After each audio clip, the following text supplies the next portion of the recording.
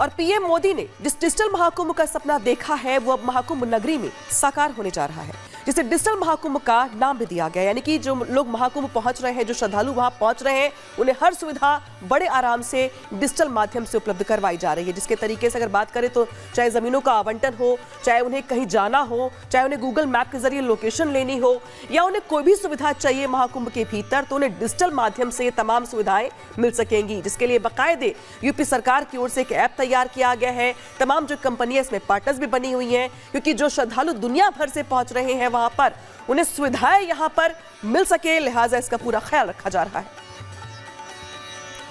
और अब शुरुआत करेंगे इन 4 तस्वीरों के माध्यम से, जहां पहली बार महाकुंभ मेला बसाने का काम डिजिटल तरीके से किया जा रहा है।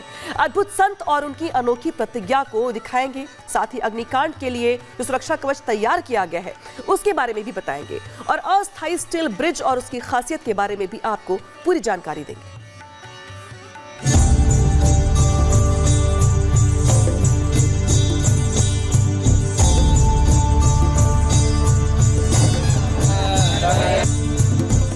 धार्मिक अनुष्ठानों का महायज्ञ,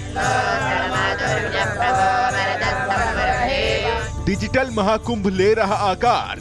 पहली बार कुंभ आयोजन में एआई चैटबॉट का प्रयोग होगा।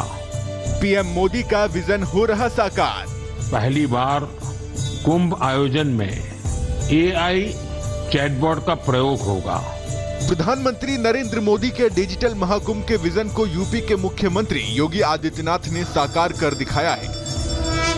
योगी सरकार यूपी के 76वें जिले यानी महाकुंभ नगरी को बसाने में जुटी हुई है और नागरिकों की हर सुविधा का ख्याल रख रही है।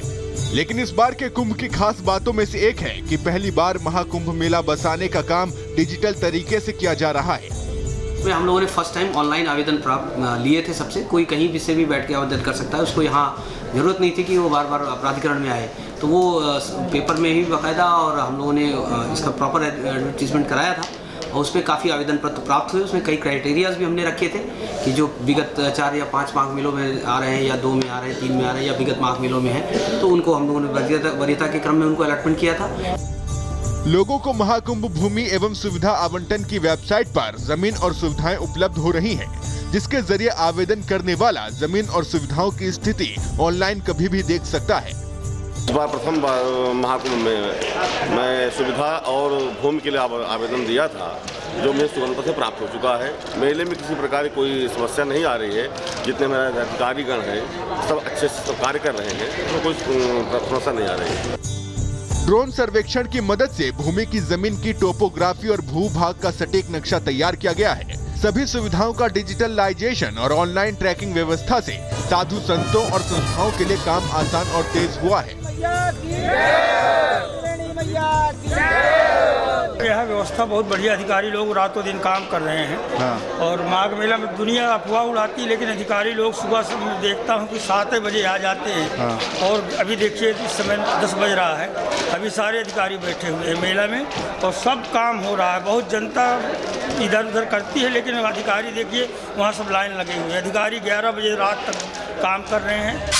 2019 के कुंभ के नजरिए से देखें तो 2019 में 5,500 संस्थाओं को भूमि आवंटित की गई थी, लेकिन इस बार 10,000 से ज्यादा संस्थाओं को भूमि आवंटित की गई है, जिसमें सरकारी, आपातकालीन, सुरक्षा और धार्मिक संस्थाएं शामिल हैं। साथ ही थाने, हॉस्पिटल, पार्किंग, शौचालय को गूगल मैप्स पर अपडेट कर दिया गया है।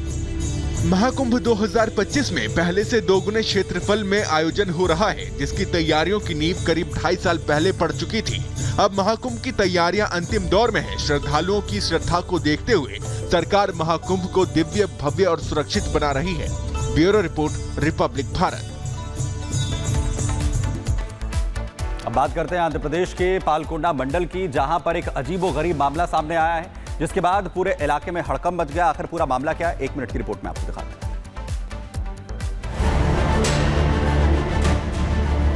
आंध्र प्रदेश के पालकोंडा मंडल से एक अजीबोगरीब मामला सामने आया है, जहां एक शख्स बिजली के पोल पर चढ़ गया और तारों पर लेट गया। तस्वीरों में साफ देखा जा सकता है कि शख्स आराम से बिजली के तारों पर लेटा है। जानकारी के मुताबिक यह शख्स अपनी मां से शराब के लिए पैसे मांग रहा था, लेकिन उन्होंने मना कर दिया।